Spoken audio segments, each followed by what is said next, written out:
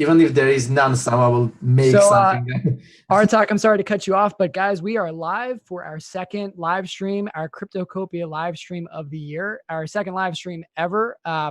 We're doing this a lot this year, so we're really excited to roll out the red carpet for our guest today. My name is Mike. I'll be hosting today, but our guest is none other than CEO and founder of Beaxy Exchange, Artak Hamazaspian. Artak, thanks for joining us, man. How you doing? Doing great. Thanks for the invite. Of How are you doing? course. I'm doing pretty well. Yeah, no, we appreciate you coming on. There's a lot to cover. I mean, y'all have been pretty busy lately. Even just today, I think there was a token listing announcement. Correct. So we're gonna get into that. There's a lot that we can talk about, but I'm just gonna dive right into it. Artak, I was hoping first you could just tell me a little bit about your background and how you found yourself involved building a cryptocurrency exchange. Sure. So I'm a developer. I have a bachelor master degree in computer science. So uh, that's how I got involved with crypto. First time I heard about Bitcoin in 2012, end of 2012.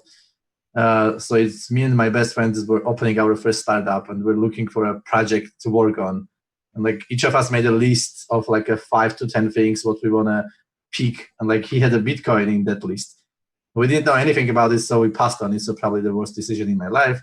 And then in 2014, I moved to US, and it's a little bit longer story, but that's how I got a lot involved in crypto. Then I joined actually Cryptocopia in 2017, and Okay.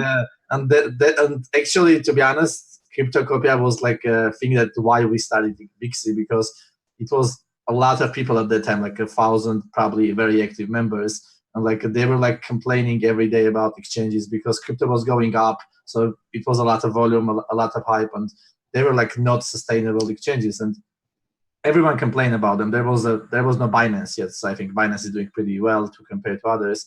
It was a Bittrex and Poloniex, and yeah, I mean, after seeing all these problems, after seeing that like the market really needs a better exchange, and okay, we can build this, and I started just talking to my colleagues, and that's how we started.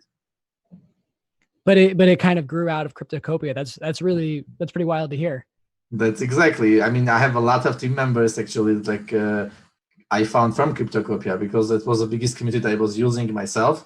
And I remember that they opened like in August or September, we created like a development channel in Cryptocopia in 2017. And I just started like a posting there, like, hey, I need like a developer, I need a content writer, I need this for Beaxy Exchange. And like I got like a lot of people. It's like, so it's I'm very glad. I mean, it's literally, I can say like it's born from Cryptocopia community, the project. Well, hey, thank you for giving back to the community. I mean, we've been following what you guys have been up to. We just appreciate the time. It's cool to chat with you. So how many employees do you have at Beaxy now? So Just like roughly. our office is in Chicago. We have like around 15 people here full time. We have 10 customer support all over the world. They work from home. And we have office in Armenia. I'm Armenian, so we have a development office in Armenia, which is around 10 people right now. So this is a full-time people. So it's like a 30, 35 full-time people, plus probably around 15 to 20 a part-time that like a people do something for us. Let's say writing a content or like, I don't know, different help. And like around 30, 35 full-time, another 15 part-time. Okay. Okay. Cool. I mean, obviously, y'all are growing really quickly. When exactly did you really start to get the ball rolling and found the company? Was that last year? Was that earlier? In 2017, August, we started Beaxy. It was 4 people. It was me, Mitel. We were working together. She's a developer, so she's our CTO now. And actually, it was 3 people. It was me, her, and Marine, and she's a lawyer. So I mean, we can touch this, but I really think the biggest problem in crypto is the legal issues. So the first person that I talked to was a lawyer, because I needed someone to take care of this. I didn't want to think about it. So, and then actually what ended up is like we're working this after work overnight. I mean, there was no funding, nothing. We were just working me and Mitel after work every day. Because we're doing this at my apartment, my wife starts like kind of managing us more, and like, hey guys, you're doing development, but you don't know how to like do a project management, everything. So she started doing that part, and like then the other 2 girls said like, okay, we need to take her also, because she's doing so much stuff with us. And it's kind of become 4 of us for next 3-4 months, and then we got our first investment, and which allows us to leave our jobs and start doing this full time. And you popped a little champagne. Yeah, almost tequila, not champagne.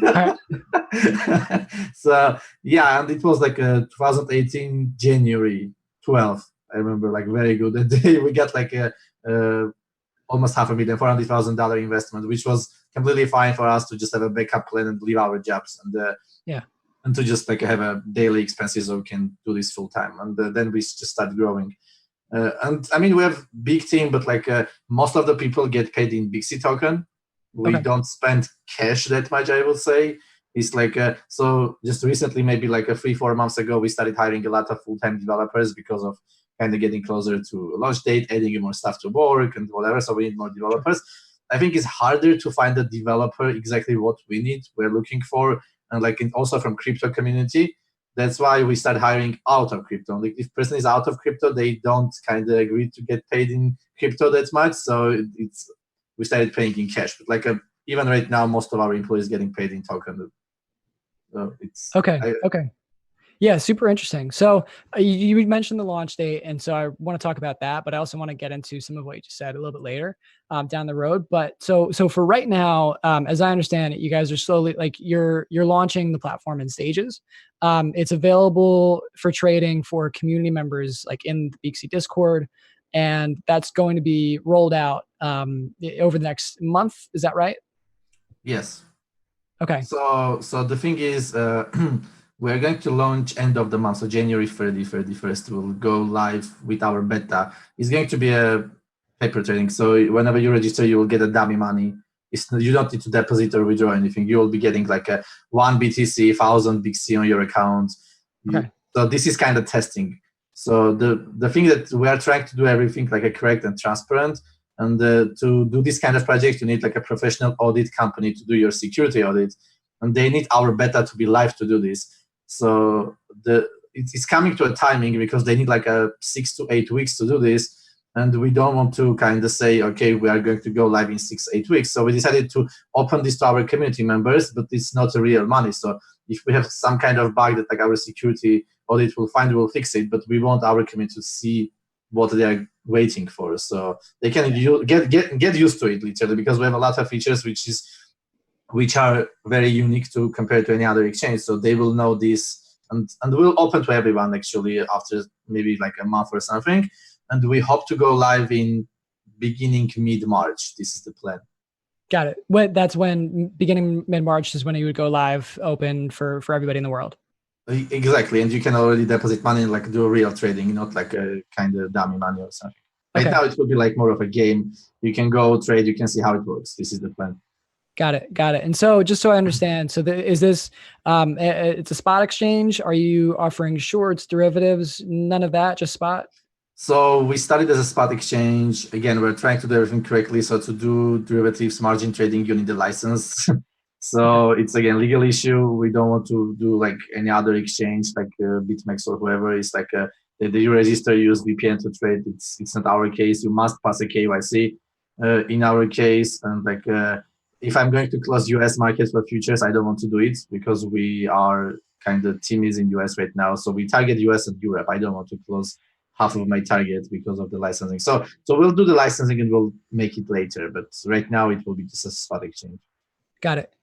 And then are OTC trades an option as well, or just retail?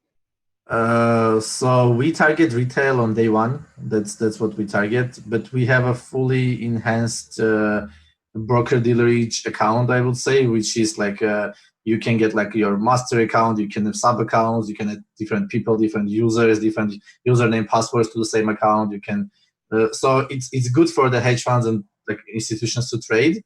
Mm-hmm. We have this kind of platform built out already, but we really think if we target only institutions, which a lot of exchanges right now do, it's not a best business model in crypto because most of the people still retail, we believe, and we notice that like institution kind of follow the retail. If we get like a lot of retail, we'll get the big accounts as well after that. So this is the plan. Okay. I mean, the more volume that you have, the more larger players are going to join up on the platform too. I would assume. Correct. Okay, makes sense.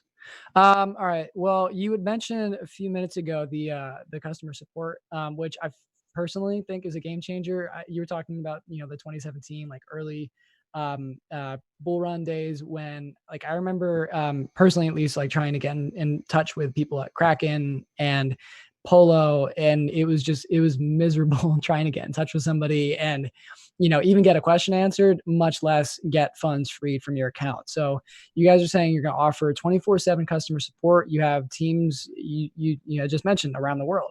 That's awesome, from my perspective. But how did that come about? Have there been any challenges to that? Why did you feel that was important? Sure. Let's start from the important part. I truly believe that the United States is the #1 country because of the customer support. Is people enjoy, literally, I'm not kidding. It's like if you look into the world, I mean, two different ways. Let's say there are like places where you want to live, places where you want to go, right? It's like, so let's say I enjoy living in US because I don't go to restaurant and like, I don't know, sit and to wait for 20 minutes for a waiter or something like this. I won't ever go to the same restaurant if I don't like a customer support. Probably will get too much spoiled. And but the same with like locations like a Turkey or something is like one of the best customer support, and like all the Europe goes to Turkey for a vacation, and like because of customer support. So, and let's imagine we have exactly two restaurants, and one has a good customer support, the other bad. Which one you're going to choose to go? Right. Good one. It's like so it makes difference. This is what we think, and like we really think exchange consists of different parts, and customer support is one of them, and all of them are equally important. There is no that this is important, this is less important. Like so in any business model, there are like many steps. So for exchange, for example, we need to acquire users, correct? And let's say we do that very good. For example, we have already 50,000 users registered thanks to our marketing guys. But imagine we don't do customer support properly and people say, fuck this, I'm going to leave. It's like, who cares that we acquire users if people are not going to come back? Sure. So to keep our users alive and back and like trading on our platform, we need a customer support. So, if you will be happy with us, each one happy customer brings another customer with him. Each one not happy customer costs 100 times more than like acquiring one new customer. So it's easier and cheaper to keep the old customers than like getting new one. This is the business model in every business actually. So this is what we're doing. We didn't have any challenges yet. You asked about challenges right now because we're not live. So we have our communities in Telegram, Discord, Twitter. We have people who control this. We have our customer support agent all the time online in Telegram and Discord.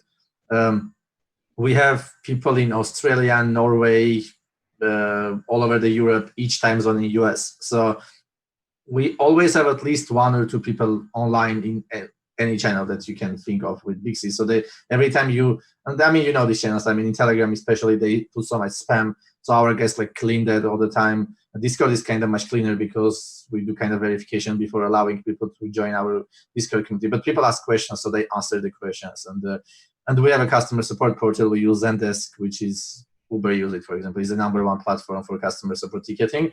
I mean, we have less than 1 hour, I guess it's 1 hour, 10 minutes response time in average or something like this. So it's much better than a world standard even. So we're getting from Zendesk because let's say Uber use them. We're faster than Uber, for example. But obviously it's not comparable because we don't have as much customers yet. And I think the challenges will come as we go live because we don't know how many customer support agents we need now. So we need to catch up as we go live. This is the challenge, I think, in customer support. Okay. No, that makes a lot of sense. But I mean, you're obviously at a really great place for right now. And then as you scale, that's a good problem to have as you're, gaining more business and seeing more users join the platform.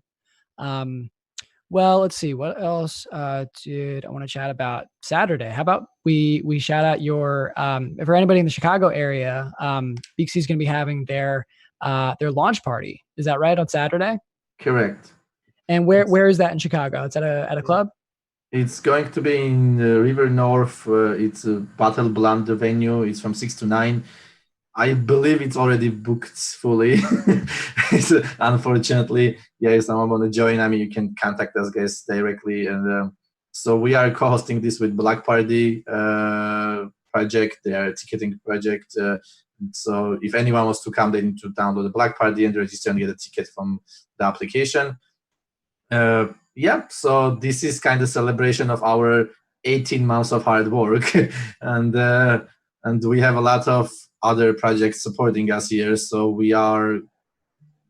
They wanted to like have their portion of it. This is kind of a Beaxy plus all the Chicago projects together, kind of supporting you. We support each other a lot, so it's like we support other projects support us all the time. So we are getting together to celebrate this. Okay.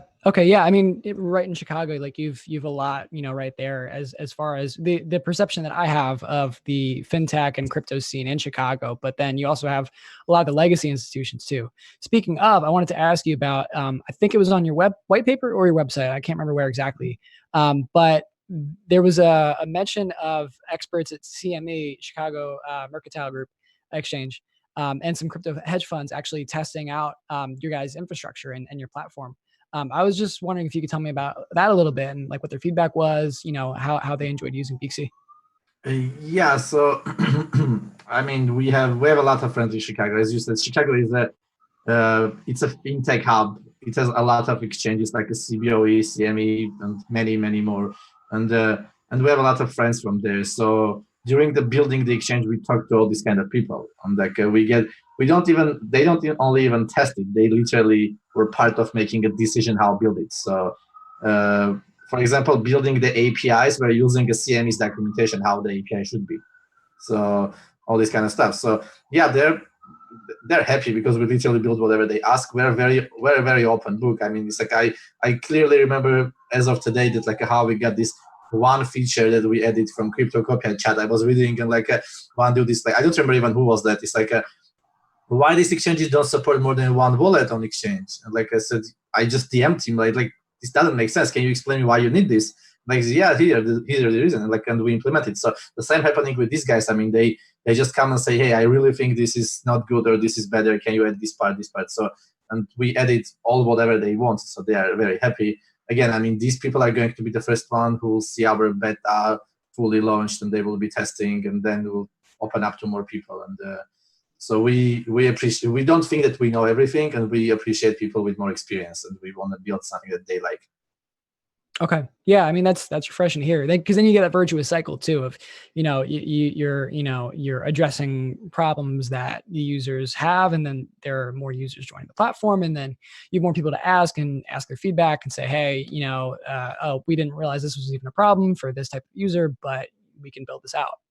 That's exactly. It's like so my vision is always, we don't need to recreate the wheel when we create an exchange, because CME is running for 40 years or whatever it is. Like, and we can just take exactly their model and like take it and build it, because crypto is another asset, a tradable asset. So we are not different than any other NASDAQ or something. You should build exactly the same way. We don't have anything equal to them. So I think first we should bring it to the same level. As we're better, we should think, okay, what we can make more, because we're next generation of this asset, we're like a different. But right now, this is NASDAQ, and here we are here, not visible even. It's like we need to come to the same level. This is what we're trying to do. That's why we're working with this one market data. Our partner is like they are providing their software to CME, NASDAQ, Bloomberg, and many other names in giants in Wall Street and in financial world, and we are the only crypto project working with them, so they help us to build all this stuff. And this is our main vision. I would say that like we shouldn't recreate something which already exists. Let's take it, use it, and then we'll think how to make it better. Okay, sort of a build on top of what's already there. But yeah, now how did that partnership with One Market Data come about? Is that pretty similar, having contacts in the Chicago area? They are not Chicago company; they're New York company actually. Oh, okay. So, and it's very funny. It's like I remember like after first time me and Mitchell was writing this overnight. We spent like 3 months. I remember first time we click a button. It was in December, and we got like a first order in. Yeah, we have an exchange working. This was 2017 December, and then like we did a benchmark test, and they said, okay, this is crap. I mean, we should like make it better. This is not good. And I literally Googled like the best in-memory database for order book management data, and like it came up with some article say, hey, if you don't have money, go this link. If you have money, go to onetick.com. there is an open source one and there is the one tick. And like I said, okay, we are kind of thinking to raise money. So let's imagine we have money. Let's go to onetick.com. These guys are amazing. I mean, I clicked like a request demo because I couldn't understand anything what they're doing on their website. It was like too complicated for me. They have a white paper what they do, but it's like super technical. And I said, okay, I'd rather talk to sales guy and understand. And then I click a request demo. There is a form and I fill out like a cryptocurrency exchange. They called me like in 20 seconds. Their sales head called me. It's like hey, we're willing to enter this market. We'll do whatever needed. Let's work together. And like I remember like yesterday, and I said like, okay, we're a startup. We don't have money. They said like, it's fine. So the partnership works that like we provided the algorithm what we want them to build, but they build on top of their private database. So they have a database that they wrote by their own. It's written in C++. It's super fast. They don't use any existing database. That's why it's very fast. It's in memory database, and they use their technology to build our algorithm on top of it. So we just provide what to do, and they use their developers. And their CTO is a very, very clever guy, Oleg, and he's in New York, and with I guess they have 7 other developers helping him. They're like working more than a year already on this with us. But we never paid them because they just want to build something, and then we have a partnership. I mean, literally, it's not about money. I mean, they just want to enter this business, crypto. Okay. And it's very good. I mean, companies like this entering, it's kind of giving us more wings. It's like, okay, these guys wanna be here. It means like we are not fucking idiots sitting here alone and dreaming. I mean, that's serious legitimacy. Yeah, but talk about right time, right place. Correct. All right. So speaking of trading, why don't we pivot real fast and talk about y'all's announcement from earlier today? So the very first round of listings came out today. So I'm just reading through it right now. For everybody in the Discord, if you haven't seen it yet, just check out Beaxy's handle on Twitter. It's at Beaxy Exchange, and there's a tweet listing out Bitcoin, ETH, Beaxy, Litecoin, Ethereum Classic. I mean, there's a list of probably 20, 25. But that's not even the end of, what you guys are planning to list. Is that right? Correct. So we are, the goal is to have every legitimate project on Beaxy listed. This is the goal. And I don't know why others don't do this. Maybe there is a technical issues, maybe, whatever. I don't want to go like into details. Our technology allows us to list tens of thousands of assets. NASDAQ trading more than 10,000 assets on exchange. I mean, it shouldn't be that like you don't list or charge for $1 million to list after like 300. So we are starting with 25, but we could have started with hundreds, to be honest. We have implemented so many more, but it's coming to a volume and liquid books, because we don't want to have on day one 100 different pairs and all of them to be empty. I want to have someone on the books. So we are right now talking to a lot of market makers that we are hiring for first 3 months that we want to pay from our pocket to do market making. So as more players we have, as more money we need to spend on this. This is the point. So kind of we want to roll out with first top 20 tokens plus some projects that we love, and they like already like a Black Party or Metal. I mean, they have working apps. It's a very rare thing in crypto. So we decided we want to list them because they're really doing something. And yeah, so after this 25, starting from tomorrow, actually, we're going to be announcing every day one project that we're going to list on the wave 2, which means most probably they will not be on day 1 when we go live. That's why the wave 2 will be adding anytime in quarter 2. This is the plan for the wave 2, and we'll be adding slowly, not like a bunch of them. Let's say not 20 tokens at a time, maybe like 2 or 3 or 1. So we have a list of coming every day for next, I guess, 10 days or something. And we have a form that you can go to Beaxy.com, click a listing button, and you can apply for listing. We have a process how we list. I mean, you need to provide the legal document that your token is on security, because we still don't have a broker-dealer agent ATS, so we're not allowed to trade securities. And after all this, and after understanding that like the needs of our exchange and the project is good, we'll be listing it. We don't charge fees for listing. Unless it's a crazy development work included. It's like if I need to spend a month of my developers, obviously I spend like a money to pay that. I want a company who want to get listed, they spend this much money, but we literally charge only whatever is our cost. Until today, we didn't charge anyone, and we are going to have like probably 50 or 100 tokens without any charging, and we hope to keep this doing, because in reality we make money by listing you, because people trade your asset and we make money on a commission. So shouldn't be a listing fee in reality. So the more pairs that are available for trading, the more trading that's happening, and the more fees you're making anyway. So everybody wins in the first place. Correct. Okay, that makes sense.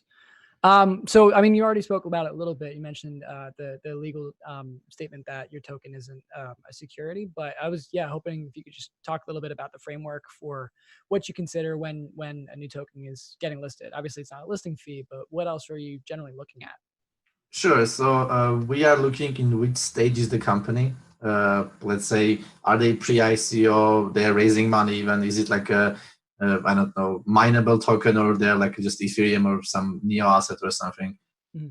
Do they have, how many employees they have? We look into a really like project does something, okay? Because just the token having volume, but they're like literally doesn't have any developers behind them. We're not interested in this kind of projects. Mm-hmm. So we need to do due diligence on a project and due diligence on the legal part. So legally, we need a third-party lawyer to give an opinion that the token is not a security. Mm-hmm. From other part, we need to meet with team members. At least we need to do we always do a phone call with some team members. We need to check that at least you have a couple of people working on a project. Sometimes we ask for proof of funds, how much you can sustain. If it's a company it's, let's say, I don't know, just an ERC20 token, which already raised money and they don't have any more income, literally. If they are out of funds, they will be running out because they don't have a revenue generator business yet. So we try to also not to put us under risk that someone will be, okay, we're out of business after 3 months after listing. So we try to make sure they have money to keep doing the development. And there are small nuances per project, to be honest. Let's say it's important for us what kind of blockchain you're using. So if it's ERC20, NEP5, EOS, something on Stratis, on Syscoin, anything that we already have implemented, we're completely fine to list it because it's almost no work for us. If I need to, I mean, I don't know, probably everyone following this green or beam these coins and everyone talk about it, but it's this very completely new way of doing stuff. So we need to implement this now to be able to list. So first is development cost. Second, if it's a new blockchain, we run our own nodes to support the blockchain. So let's say for Bitcoin, we run a primary and secondary node. So Bitcoin is 120 gigabyte hard disk. So we go on we use Microsoft Azure Cloud. So it's a lot of money, to run these nodes, for example. So it's kind of cost also if it's a one separate small coin, which is not that much volume doing, and I need to run 2 nodes, I need to do development work, whatever, it can cost me a lot of money, and I will need at least, let's say, 500,000 volume per day to cover my cost, or let's say 100,000, just throwing a number. I don't have exact calculation. But so all these numbers actually come together. In the end of the day, we are a business that need to make money. If I'm going to list something which is literally not bringing me a profit, it doesn't make sense. So all these things come together, and we make a highest priority, second priority, third priority, and then we just list all of it slowly. Yeah, it's just whatever, which coins make the most sense. Correct. Okay. Can you tell me a little bit about the order types that you're planning on offering? Because I mean, as I understand, that you're offering, I think 10 or 11, and that's way, leaps and bounds above some of the other exchanges out there. Correct. So we're starting with just a regular market order. We have a small, safer market order, I would say. So let's say you can say, I want to sell my Ethereum. If it, I don't know, right now market order, but if it goes less than $100, don't sell it. So you kind of put a border. Probably you remember 1 year ago on Bitfinex, Coinbase, Ethereum went to 30 cents the price, at the very long red candle. And because this kind of stuff doesn't exist there, so we're kind of trying to protect. Then we have a limit order, limit or cancel, fill or kill. So this is all regular stuff. I don't think fill or kill is existing anywhere, but whatever, it sounds more regular. I haven't seen it. So there is a stop loss limit. So people used to stop loss. It means you will generate a market order as your condition meets. But stop loss limit is the same thing, but it generates a limit order, not a market order. So you can say, let's say, if Ethereum go to $100, create a limit order at 110, for example. Or something but only if it hits that price threshold. let's say it's 120, for example, right now. Okay, so let's say it comes to 100, and you say create a limit order at 105 after that. So if it comes back, I want to sell or whatever. So we have this. We're taking profit limit, take profit limit, and we're trailing stop limit. So this is all going to be on day one for sure, because we have already. I was testing this yesterday, all of this. So and yeah, so still some work in progress. I mean, like it's actually a lot of work to support order types. Now I understand why other exchanges don't do it, and because we spend probably more time on this than anything else, to be honest. Oh, okay. Then we're going to add OCO, which is like a one cancel other. So just an example. For example, you can put stop loss and take profit with the same funds. This is everyone waiting for. So let's say you have 10 BTC, okay? And then you're saying, oh, if it goes to 3,000, sell it, so it's a stop loss. Or you're telling if it goes to 4,000, take profit. So you can use the same 10 BTC to put two orders. Right now, you can't do this anywhere. And what it does is has one cancel other. It means if any of this happens, the other will be canceled automatically. Okay. So, oops. Wow, that's sorry. Oh wow, you still there? I didn't move, so it's like yeah, the smart systems. I mean, like you don't move and they turn on all the lights. Sorry about that. And yeah, I'll be honest. My biggest fear is of that happening to me while I'm, taking a shit. It's my biggest fear of all time. You heard it here first. It hasn't happened, but I mean, that's just me. I don't know about anybody else. That's funny.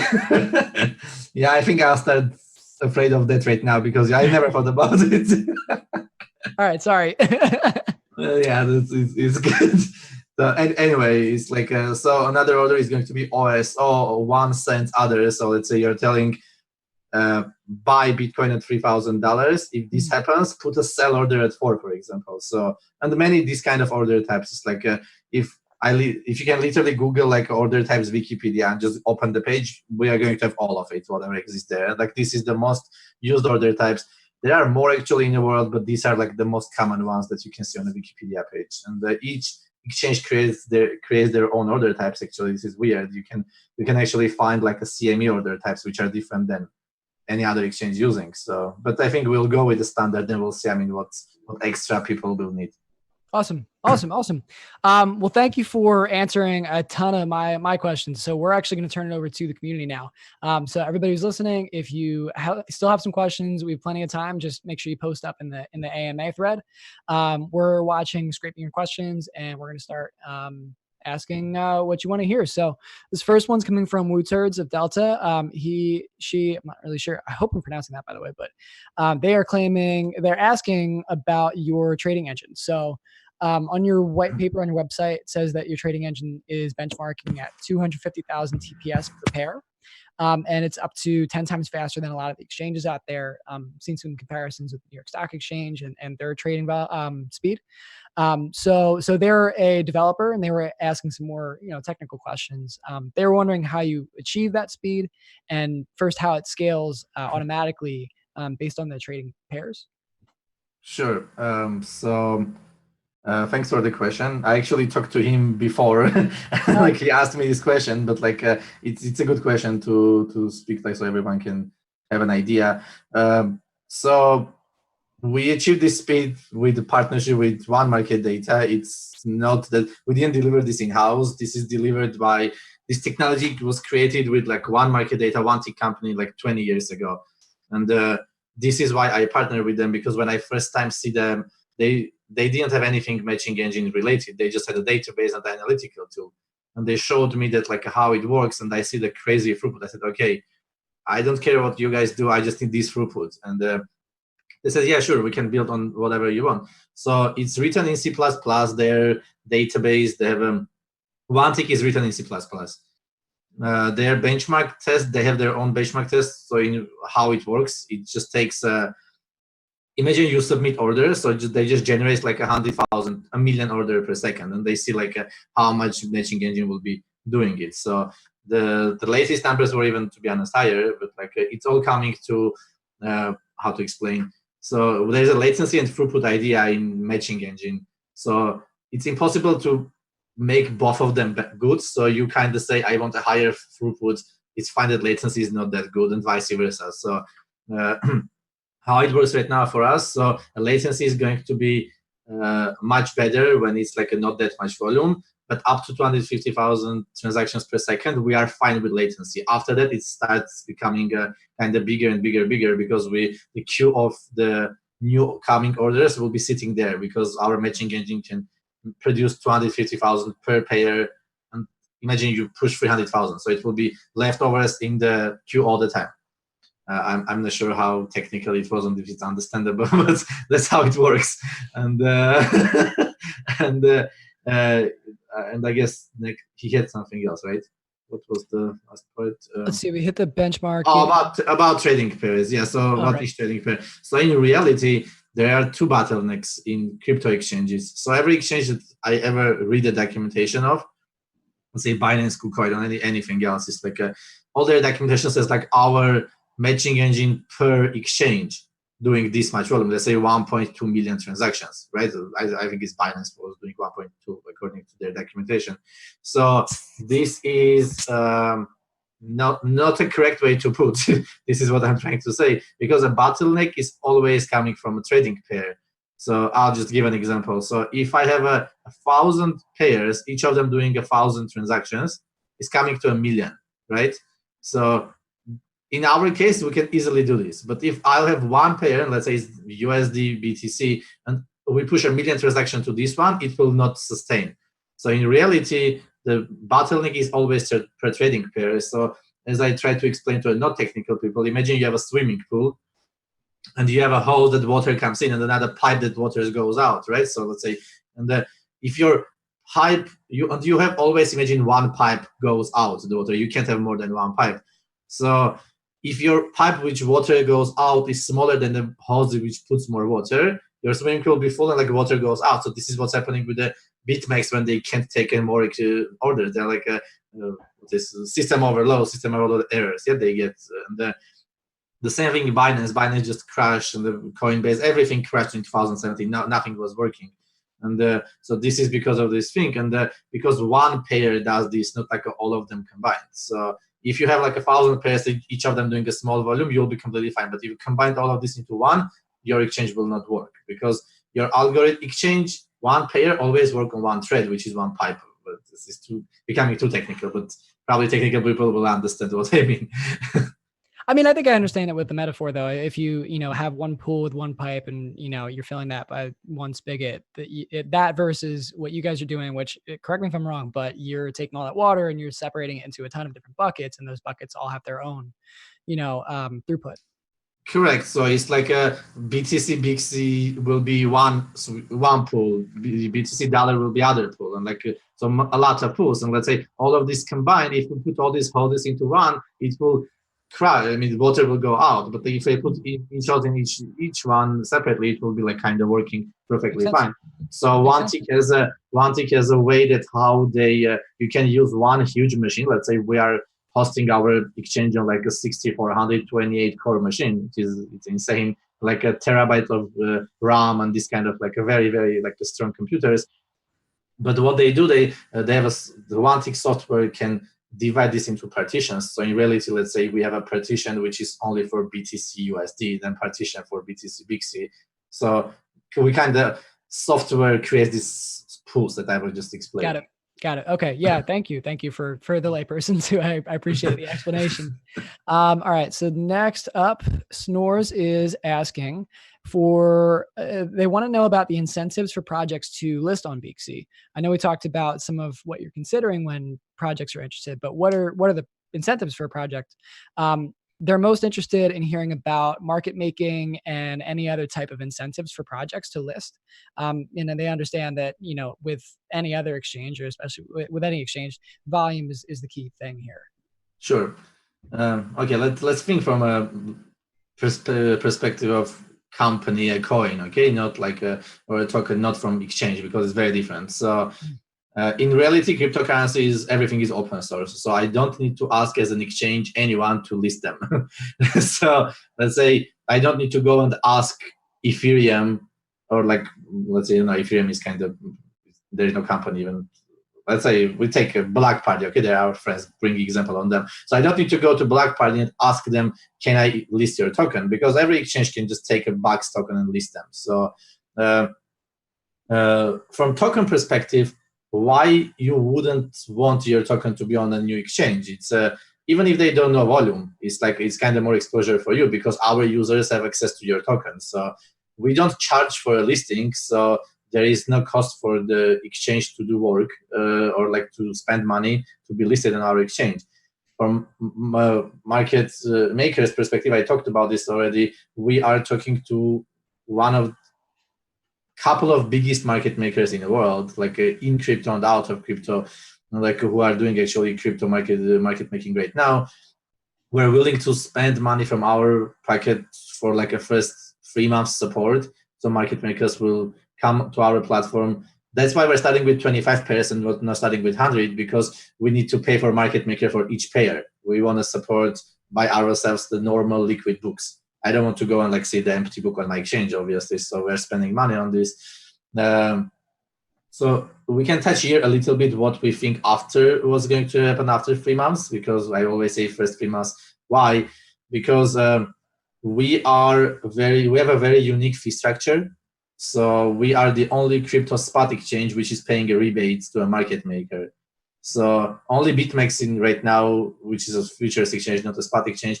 So if you ever traded on BitMEX, you do a transaction. If you're a maker, you get the money back. If you're a taker, you pay a fee.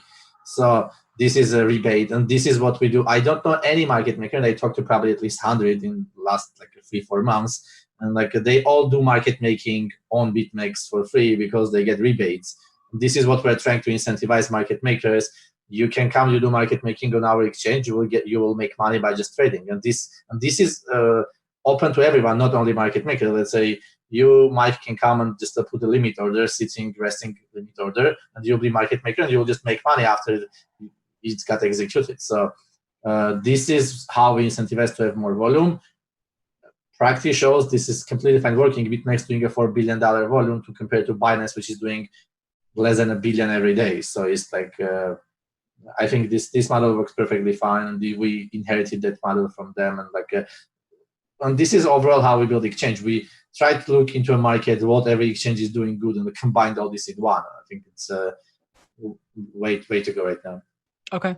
Yeah, that makes sense. All right, let's move on to Bill Ryan's question, who is asking, well, you appear to be aiming to be the market leader. So what kind of brand exposure do you plan to implement? Let's see. Yeah, why don't we do both questions at the same time? So what kind of brand exposure do you want to implement? And will you be looking to host public events and contribute to blockchain adoption in a similar way as Binance is, which will then in the long run aid your brand in the spotlight? Sure, let's start from the first part. So I think, I mean, frankly, in our marketing lead will be the best to answer this question, but I'll do my best. And so our goal is to be as transparent and as customer oriented as possible. If you guys followed us on Twitter, I mean, from Tron. yeah. So I hope he's not watching right now. I hope he is. So,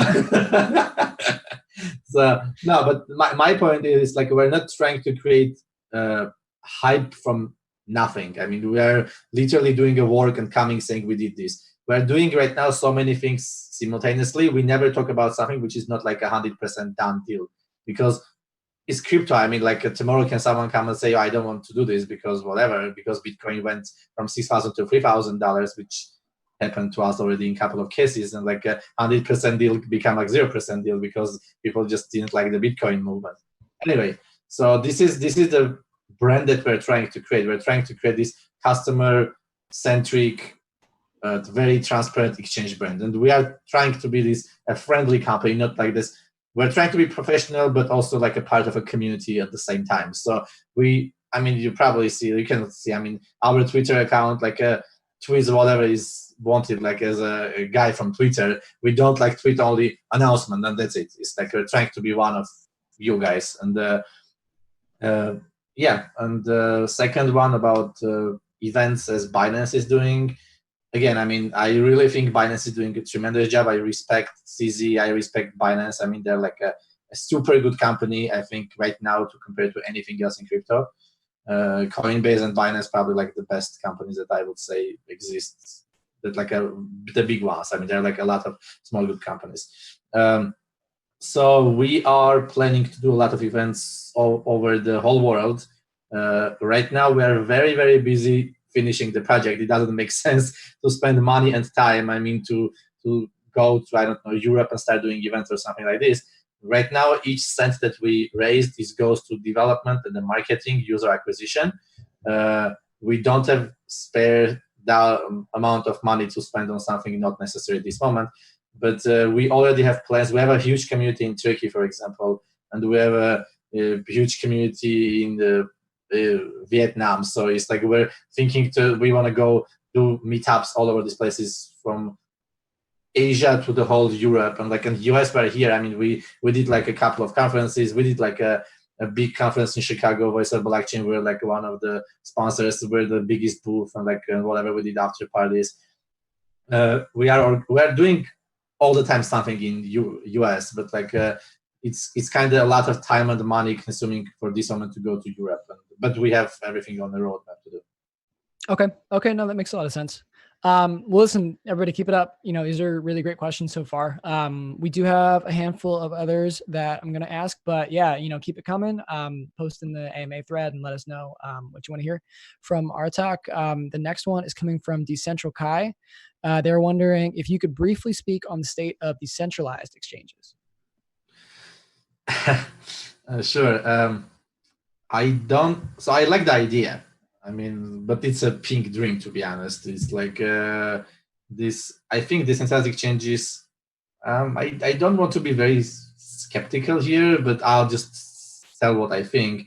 So first of all, technology is not there at all.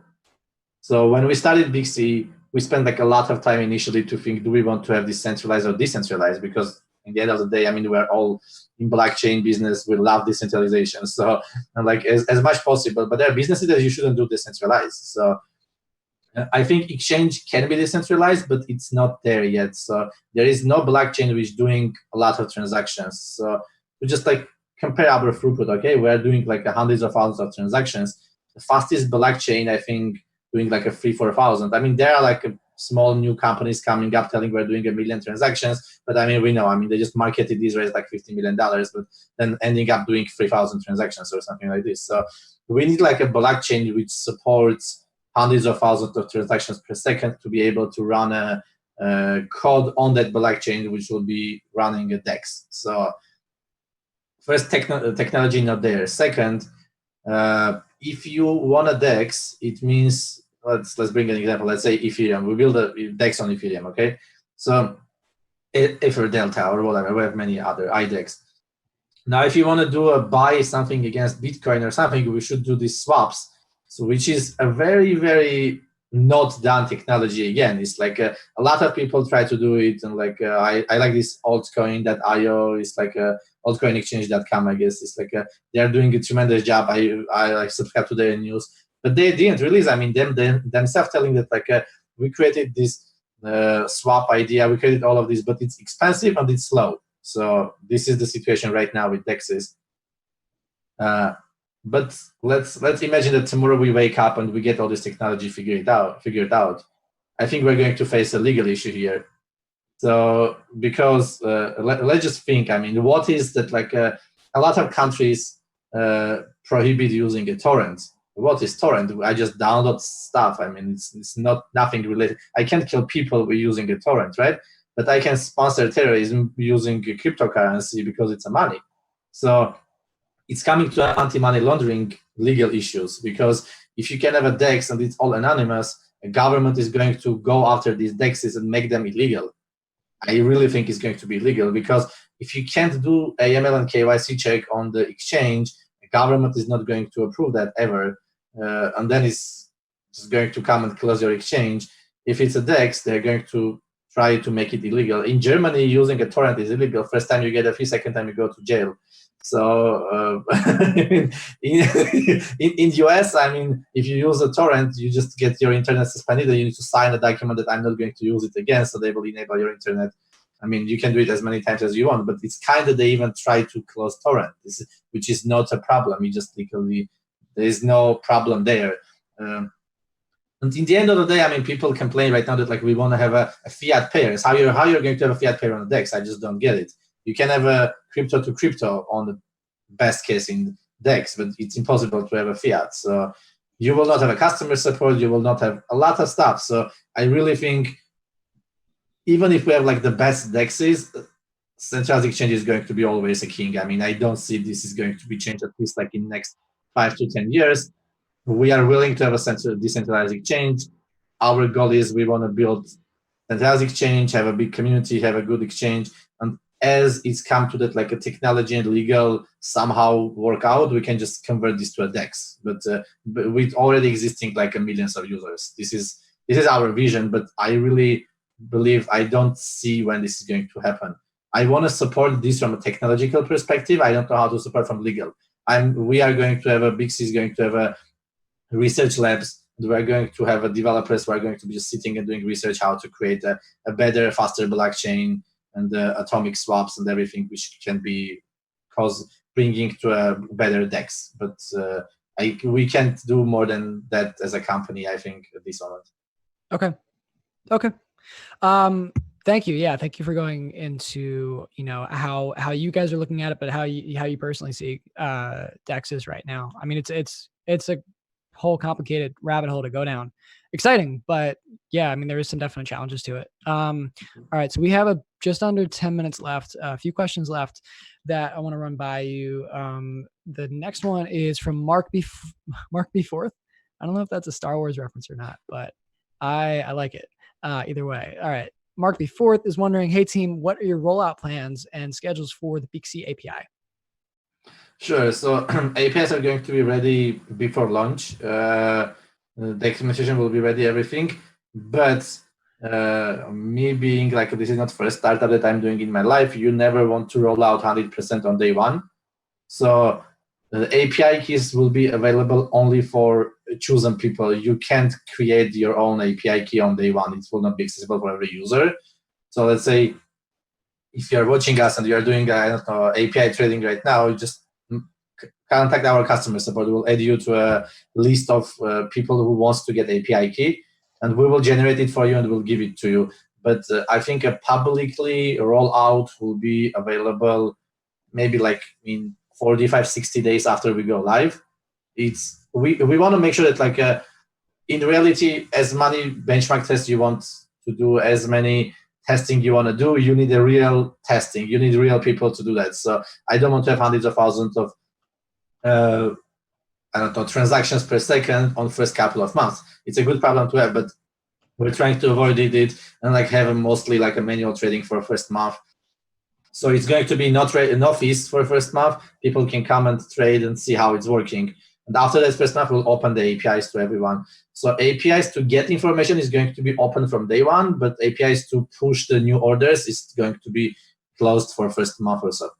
Okay, and just a quick follow up, that month span after launch, when you'll possibly open access, would that be the beta launch after a month of testing there, or a month after the final launch in March? No, yeah, final launch after in March. So let's say we launch in March, we'll open the APIs maybe end of April.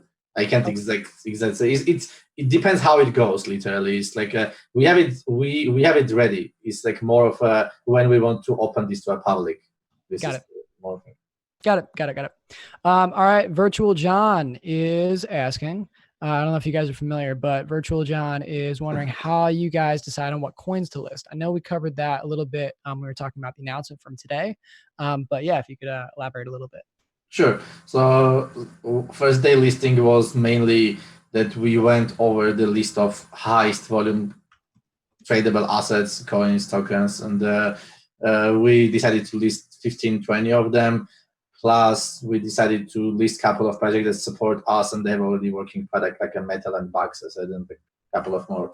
So So that's the day one, and again we limited this to 2025, and we have also USDC as a stable coin. We support USDC, so it's going to be USDC and BTC pairs on day one. We don't want to do like a very low trading volume stuff. So let's say Ethereum pairs usually doing a very low volume, so we'll start without Ethereum pairs and then we'll roll out as needed. So we'll see what the community asks for. The next step will be more of again, it's a challenge. If it's a custom blockchain, we need to do work, we need to spend money on it. If it's first of all, it should be a legally everything all right with listing that token. Second should be that like we as an exchange going to be getting more users, which means a token has a big community or coin has a big community, and like people demand it, and like we add it and we just get more users, which means we make kind of more revenue after it. And we list tokens which will be doing some volume. I mean, we have some tokens applying right now which are doing like a $5,000 volume. I mean, that's kind of a joke. I mean, it's like we want to list as much as possible, but because we don't charge a listing fee, people need to understand it's a cost for us to list a token. It's cost for us to maintain a wallet after that, and it's a risk in the end of the day because we're a centralized exchange. We get the tokens. So let's say you deposit money, I'm responsible for your tokens.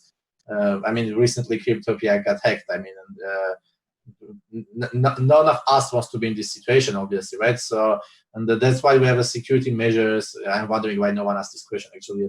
So, like, about security, and but we have the security measures to maintain like a hot wallet, cold wallet, this warm wallets, and then we have like a wallet per user and everything. It's a complicated system, so we do a lot of servers, a lot of work, a lot of server costs to maintain all this stuff. So having another token which is literally not making any volume, which means we are not making money on the trading pair or on the token, is like doesn't make that much sense at this moment. Whenever we'll be having 100 very profitable tokens, we'll start listing the small ones as well and hoping that community will grow for the tokens. But right now we are trying to bring tokens which have volume and which are kind of profitable for us. Cool. All right. Last question. Okay. Ready? Yeah. Rob is wondering how we gain early access to the platform. Sure. So you can go to Beaxy.com and you can register there, and you can actually pass KYC. So for Beaxy, you must pass KYC. So this is we really think regulation is knocking the door. So we don't want to be telling that you may do trading as on Binance without anything, and after 2 months, I don't know, SEC comes and like a government decides that you must be regulated and everything should be KYC approved, whatever. I don't want to change my rules after 2 months, and really think it's literally they're knocking this door right now. So just do that, and like we don't want to change the rules every day, and that's why we decided to go with the full KYC requirement on day one. So you can go to Beaxy.com, you can register there, you can pass KYC from now, which means as you get to a day of launch, you will get right away your user migrated to launched platform with KYC approved. So you can open and you don't need to spend time. You will be already up and running. You can just deposit money and start trading. So, and I highly recommend you to use a referral link to register because we created a referral link, both sides kind of getting something. So if you use a referral link, you're going to get like a 2 months of Platinum for free. We have a different user levels, which no other exchange has. So the Platinum level gives you a kind of perks, which is at this moment is only 20% more discount. So you can get 50% discount by using Beaxy token plus 20% by using by having a Platinum. You can try it out and see how it's working for the first 2 months. I highly recommend to join our Discord. You can find the link on our website. So every person who will be in Discord, they will get access to beta. So you can test out the exchange before it's fully going live also if you're in Discord. Okay. All right, great. Well, listen, man, Artak, I can't thank you enough for doing this with us. I mean, listen, guys, I'm sure that you've taken a lot from this hour-long conversation, but I can't speak highly enough of y'all. It's not easy to put an exchange together, and you were just talking about the referral and how many incentives there are and what you can get from trading on the platform. I don't know, try it out yourself. Y'all are launching soon and I'm excited about it. But Artak, thank you again for doing this with us. Thank you very much. Thanks for the invite, and don't forget to join Cryptocopia community. It's the best one. I mean, I started there as my crypto journey, so you learn a lot. This is our first Cryptocopia origin story. Yeah, that was really exciting to hear. Yep, great. Maybe we'll hopefully not have some competition, but have some more companies starting out of the group pretty soon. Would be great. All right. Well, good luck with everything. The launch Saturday, the rest of the product release, and we'll be following along. All right, Talk. Take it easy, man. Thank you. Thank you. Bye. Bye bye.